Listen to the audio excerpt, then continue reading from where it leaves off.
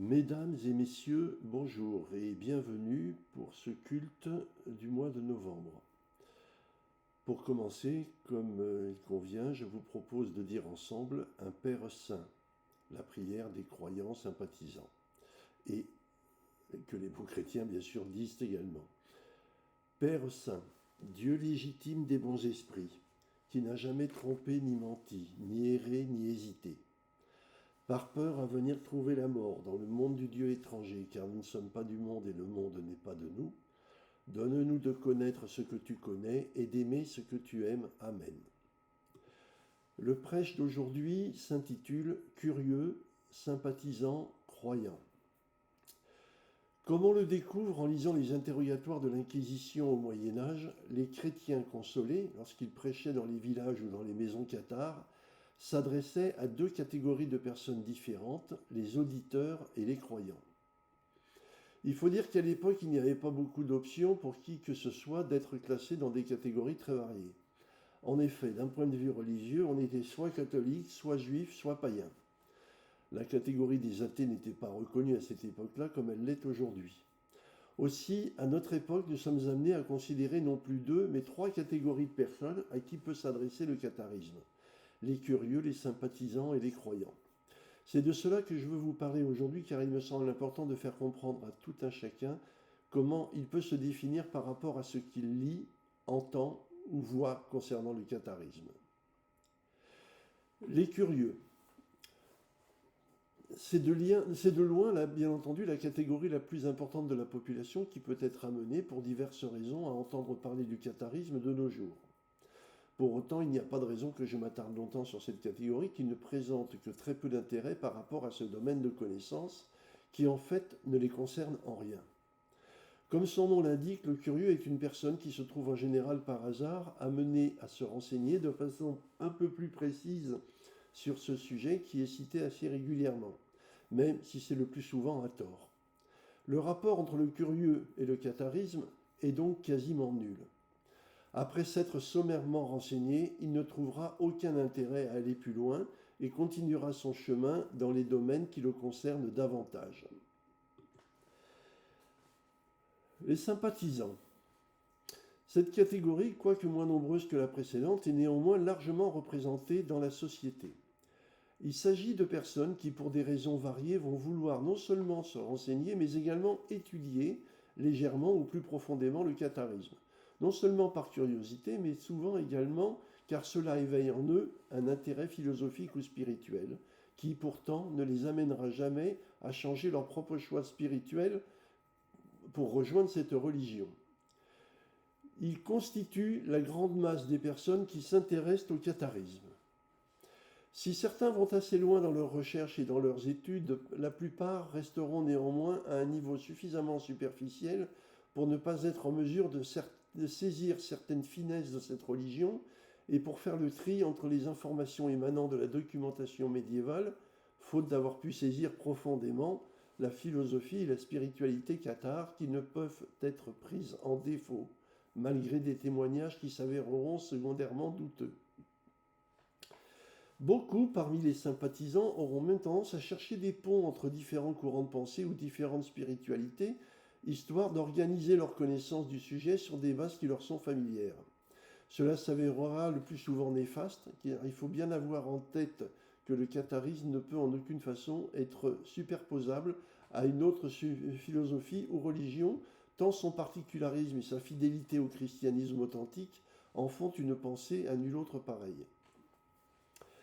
Cela s'observe souvent dans les discussions que nous sommes amenés à avoir sur des forums ou dans des rencontres avec des personnes qui ne savent pas faire le tri entre différents témoignages, recueillis notamment dans les interrogatoires de l'Inquisition, certains étant issus de croyants médiévaux et d'autres de témoins indirects, voire de personnes intéressées à satisfaire l'inquisiteur afin d'éviter toute sanction ou toute spoliation de ses biens. Cela participe fortement à une méconnaissance générale du sujet, qu'il est très difficile de combattre tant les personnes concernées sont persuadées d'avoir bien compris ce qu'elles ont lu. Elles nous opposent même régulièrement ces témoignages en prétextant qu'étant d'origine, ils ne sauraient être discutables. En effet, Seule une bonne connaissance de la doctrine et de la pratique cathare médiévale permet de faire le tri entre les différents témoignages, et une étude des personnages aide souvent à différencier les croyants des autres. Pour illustrer cela, il me revient à l'esprit le témoignage de Sibylle Père dans le registre d'inquisition de Pamiers que recueillit l'évêque Jacques Fournier, futur pape Benoît XII, dont nous avons une grande partie de la transcription et de la traduction grâce à Jean Duvernois dans les 3 volumes éponymes que nous pouvons consulter à loisir. Dans sa déposition, Sibylle tient des propos étonnants et, pour tout dire, incohérents.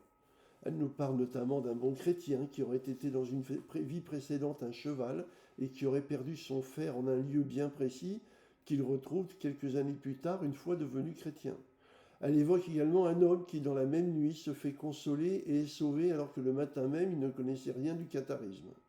L'incohérence de ce témoignage est plus facile à comprendre si l'on sait que Sibylle était mariée à un croyant sincère alors qu'elle-même ne voulait pas entendre parler de catharisme et qu'elle était inquiète des conséquences que cela pourrait avoir pour elle et pour ses biens si son mari se faisait arrêter. Étant interrogée et se sentant menacée, il est facile de comprendre qu'elle chercha à tout prix à satisfaire l'évêque inquisiteur en lui proposant avec force détail des situations extrêmement claires concernant l'hérésie. Bien entendu, son témoignage est à prendre avec énormément de méfiance et à mettre sur le compte de son angoisse et de son intérêt à ne pas se voir spolier de ses biens, ce qui était le cas des familles dont un des membres était reconnu coupable d'hérésie. Certes, elle n'était pas croyante, et l'on peut dire qu'elle n'était même pas sympathisante, mais pour l'époque, elle appartenait à la catégorie des auditeurs, c'est-à-dire des personnes qui étaient amenées à entendre des prêches cathares, puisque son mari lui imposait de recevoir des cathares à la maison, même contre son gré.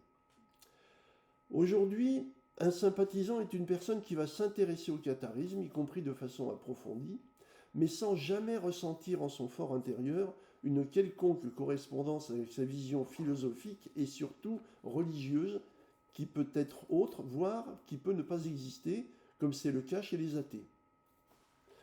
Les croyants. Cette catégorie, si elle est moins nombreuse que les 2 précédentes, est néanmoins beaucoup plus variée, car elle décrit sous un même vocable différents états d'avancement spirituel que je vais essayer d'expliquer simplement ici. La lecture des textes, notamment ceux de l'Inquisition de Pamiers, nous révèle cette grande diversité, puisque nous y trouvons notamment des croyants qui sont à 2 doigts de commettre un meurtre pour se protéger d'une personne considérée comme potentiellement susceptible de les dénoncer à l'Inquisition, et des personnes dont l'avancement spirituel est tel qu'on se demande ce qui les empêche d'entrer en noviciat. De nos jours, les choses sont comparables, car nous verrons que ce qui détermine le caractère d'une personne dite croyante cathare n'est en aucune façon lié à son comportement quotidien dans le monde d'aujourd'hui. C'est d'ailleurs une grande source d'erreur de la part des personnes qui soit ont tendance à reconnaître comme croyante toute personne relativement active dans le domaine du catharisme, soit à considérer qu'un croyant doit se comporter quasiment comme un chrétien consolé. En fait, le croyant est celui qui va avoir une énorme partie de cheminement à faire dans ce monde, entre un statut totalement mondain et assumé comme tel, et un statut de détachement quasi total des obligations mondaines. Or, cette distinction est très difficile à réaliser quand on la constate depuis un positionnement de sympathisant ou de croyant débutant, ce qui conduit forcément à une sur- ou sous-estimation de la réalité de l'avancement spirituel des personnes concernées, particulièrement quand il s'agit de nous-mêmes. C'est pourquoi nous avons besoin d'une base stable et simple à comprendre pour déterminer ce qui relève du statut de croyant, de ce qui relève du statut de sympathisant, voire du statut de novice. Dans le catharisme, le croyant est celui qui considère de façon intime et profonde que son salut spirituel ne peut se faire que par l'intermédiaire et dans le respect de la religion cathare. Par conséquent, il ne s'agit en aucune façon d'un comportement mondain proche de la perfection, ni d'un sentiment personnel d'adhésion plus ou moins superficielle à la doctrine cathare, qui serait même parfois vécue comme une sorte de morale laïque. Le problème principal que pose cette analyse, à savoir considérer que l'on ne peut envisager son propre salut qu'au sein du catharisme et de sa doctrine, et qu'elle oblige à comprendre qu'il va y avoir une évolution importante dans notre propre conception intellectuelle et spirituelle au fil du temps, et au fur et à mesure que nous allons intégrer dans notre comportement quotidien ce que nous dit la doctrine cathare. Autant, au début, cela sera relativement facile, car les ambitions seront modestes eu égard au sentiment que l'on aura de notre éloignement du but visé. Le problème viendra plus tard, quand nous commencerons à avoir bien intégré un nombre d'éléments non négligeables de la doctrine cathare et que nous buterons sur des points qui nous semblent insurmontables, tout simplement parce qu'ils demandent plus de temps et d'efforts. Le danger est donc qu'à ce moment, la tentation de faire marche arrière ou de renoncer à l'objectif espéré, en cherchant à trouver de bonnes raisons de rester un simple sympathisant plutôt qu'un croyant, sera très forte. Si l'argument avancé peut sembler justifié, le choix de renoncer ou de retarder ne l'est pas. Quand dans notre vie quotidienne nous rencontrons des difficultés ou des obstacles, a priori insurmontables, mais que l'objectif poursuivi nous semble essentiel, nous ne choisissons pas de renoncer, mais de renforcer nos efforts, voire quand c'est possible, de contourner l'obstacle. En matière de spiritualité, il n'y a pas de différence quant au comportement à adopter. Pour conclure, je vous dirai que ce qui me semble très important à comprendre, pour qui que ce soit, c'est que le catharisme ne doit pas être considéré comme un élément dont les parties sont dissociables. L'histoire d'un côté, la spiritualité de l'autre. Le catharisme est un tout qu'il convient de considérer comme tel et que l'on ne peut aborder dans sa profondeur qu'avec cette conscience bien ancrée en nous. Si cela vous semble quelque peu d'un intérêt très relatif, c'est que vous êtes un curieux qui a satisfait sa curiosité de façon plus ou moins approfondie, mais qui n'a aucune raison à vouloir continuer d'avancer dans ce cheminement.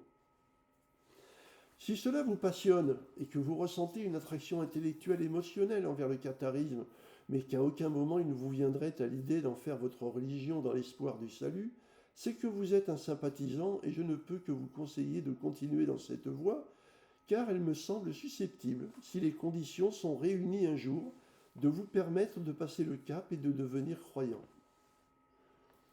Enfin, si après mûre réflexion, et comme je conseille souvent après une étude approfondie d'autres religions pour voir s'il n'y aurait pas chaussure à votre pied, comme l'on dit, vous considérez que seul le catharisme est apte à vous permettre de cheminer dans votre foi afin d'atteindre un jour le salut, c'est que vous êtes un croyant, et ce quoi que vous fassiez dans votre vie mondaine au moment déterminé. La saine compréhension de ces trois états particuliers est essentielle pour éviter d'emprunter un choix intellectuel qui risque de vous mener sur des voies erronées et vous faire perdre ainsi beaucoup de temps dans votre détermination spirituelle et le choix de la religion adaptée. Évitez donc les deux écueils majeurs dans ce domaine que sont l'embrasement subit et incontrôlé du jeune sympathisant, qui se terminera en feu de paille, ou l'abandon des abusés du croyant qui se rend compte de l'importance des difficultés encore devant lui. L'humilité et la patience sont deux vertus cardinales en matière de catharisme. Pour terminer, je vous dirai seul le pater cathare. Père tout-puissant, principe des esprits saints, ta volonté agit sur tout le bien. Ton Saint-Esprit nous guide comme il te plaît pour que ta grâce puisse nous être accordée. Donne-nous chaque jour la nourriture que ta parole et ton amour procurent. Remets-nous nos fautes et nos manquements comme pour nos frères nous en faisons autant, et soutiens-nous dans les difficultés afin de nous délivrer du mauvais. Amen. Merci pour votre attention et au plaisir de vous retrouver le mois prochain ou entre-temps sur les forums. À bientôt, au revoir.